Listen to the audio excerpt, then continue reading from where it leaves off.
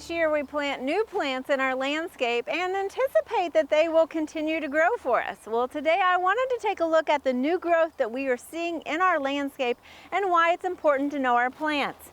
Today here next to me we have this boxwood, and you can see it's got a lot of new growth that's coming on it with this lime green vegetation. Now this new growth is also a lot softer tissue than some of the older growth that's down in the plant. Not only is that older growth darker green, but also it's a little bit woodier in texture as well. So basically this lime green vegetation is a good sign. It means that it is growing well and it is healthy.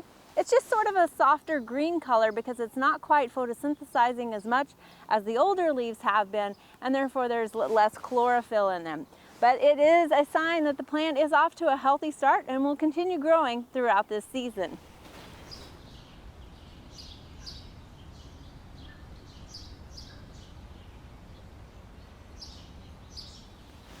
Here we have another example of some new growth that we're seeing in the garden, and you can see that this is also green new growth. However, that is not what we are anticipating off of this variegated plant. Now, variegated plants, this is not uncommon for it to sort of revert back to its original plant with this full green stems that you can see here. Oftentimes variegation comes about through many different forms of breeding. Sometimes it is through natural mutation, and other times it is through different breeding techniques. And that can also play into how susceptible or stable it is actually to maintain that variegation or to revert. And so you can see this one has started to revert back, and that's not really a big problem at this point. A lot of times what initiates that reverting is the fact that it's not in its ideal environment. So I think we might have this plant in a little bit too much shade here, and so what it's trying to do is compensate by creating more green leaves in order to photosynthesize and develop more energy. So sometimes you might see that as a little bit of a signal that maybe the plant isn't in its prime ideal location. But one way to kind of maintain the original intent of this plant is to go back and cut out these green shoots that are starting to sprout. Now you can see here, it's really just a matter of coming in here with some pruners and cutting these out, which isn't too big of a deal, but it might mean that yearly you want to check these plants if you don't change their environment and you see that they have started to revert. If you do not prune them out, then what's going to happen is this is going to be more vigorous because obviously it's getting more energy, and so it's going to take off and outcompete your original plant that you planted here.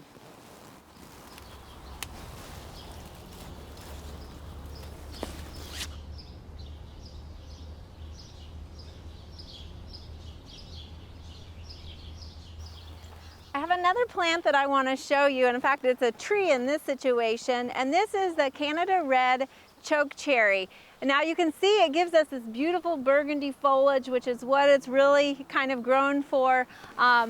However, when the new growth comes on, you can see it's bright green in some instances, and this might be alarming. And in fact, after the last plant we just looked at, you might think, well, it's reverting. I need to cut this out. However, you do not want to prune this because you would actually be pruning off the new growth that it creates. And in fact, it is mentioned in the description that this particular cultivar does have bright new green growth. And this is why it's important to kind of know which plants you're dealing with, so that you don't accidentally cut off healthy tissue. Now, in this particular instance, this plant, because it has dark leaves, darker vegetation doesn't photosynthesize as well as green leaves, because you can see how much chlorophyll is in these green leaves as opposed to the darker vegetation. So it actually, in fact, puts new growth on, trying to compensate, trying to get more energy before they actually turn dark burgundy. Now, you might see the reverse happen in some other trees. Say maples and black gums are two common trees that we often see the complete opposite. So typically we think of those trees being green in the summertime, but when they put on their fresh new growth in the spring, a lot of times that vegetation comes out either a red or maybe even a brown color. And you might think, what's going on? My new plant, my new tree, it's not doing well. But it just hasn't matured yet. Like our leaves up here that haven't matured to their dark color, those dark brown leaves haven't matured into their photosynthesizing vegetative state yet. And so just give it a little bit of time. As that new growth continues to mature, it also will turn green and be very healthy. So again, that's an opposite example of what's happening on our Canada Red choke cherry. And so that's why it's always important to also know which plant you're dealing with.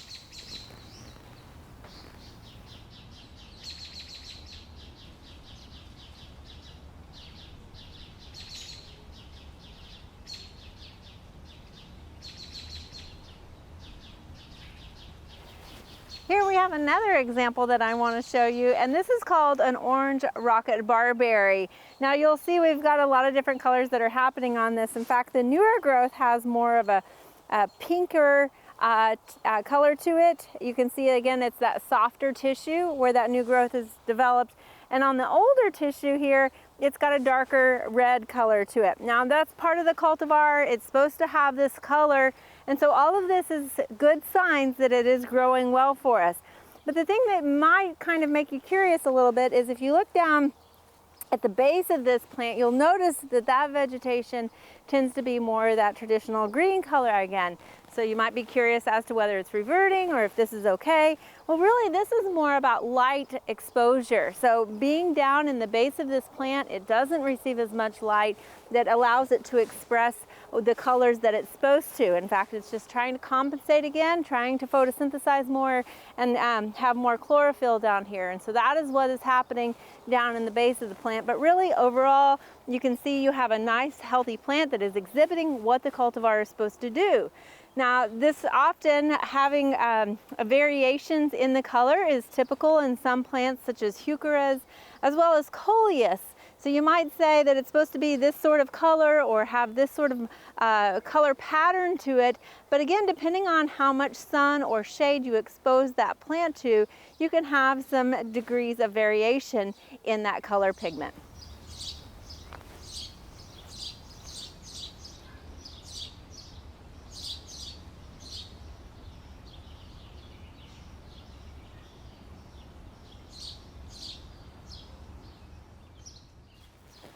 I have one final plant that I kind of want to show you here, and this is a Dragon Tears Japanese maple. And you can see the desirable characteristics are that it has these kind of lacy leafed foliage that are a burgundy color. It sort of gets this, you can see this one branch is coming out, but it's supposed to do that. It's supposed to kind of have horizontal layers to the branching.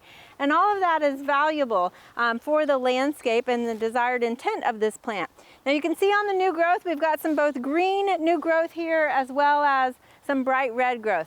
Again, I'm not concerned about it reverting or anything. That means it's healthy and it's growing well for us.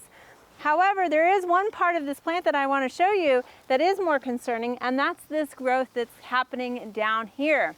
So a lot of Japanese maples, red buds, fruit trees are often grafted, and if you see any vegetation that is coming up from down on the rootstock, then you want to be cautious and make sure to go ahead and cut this back. You can see where the graft is because of that variation in the diameter of the trunk right there. So below here is the rootstock, and above here is the scion wood where this Dragon Tears was grafted onto some hardier rootstock. Here what we're seeing is the growth of that hardier rootstock. So you can see it's completely different in its appearance. And because it is a green, hardier Japanese maple, if we allow this to grow, it will pretty much eventually consume. It probably is going to get much taller. And so it's going to consume the desirable characteristics that we had intended with our plant here in the landscape. So we want to go ahead and make sure to cut that out.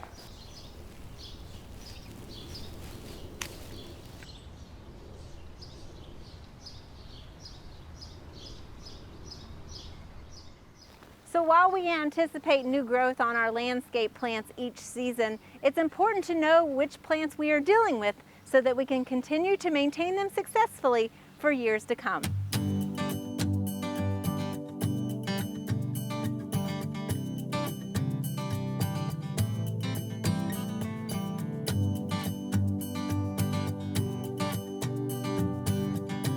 We hope you enjoyed this video as part of our Oklahoma Gardening YouTube channel. You can also find even more videos on the OK Gardening Classics YouTube channel. And join us on social media for great gardening tips, photos, and discussion.